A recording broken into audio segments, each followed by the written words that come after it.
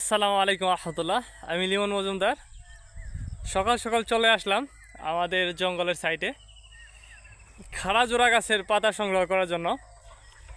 এটি খুবই উপকারী, এর উপকারিতা বলে শেষ করা যাবে না। কাণ্ড অসাধারণ। এটার আপনার মূলত ব্যবহার করা হয় দেখা যাচ্ছে পেট কষা, প্রদাহ, শরীর ব্যথা থাকলে বা আরও এরকম ঠান্ডা কাশি জ্বরের জন্য এটি উপকারী। অনেক কাজে এটি ব্যবহার করা হয়, এটা অনেক কার্যকরী।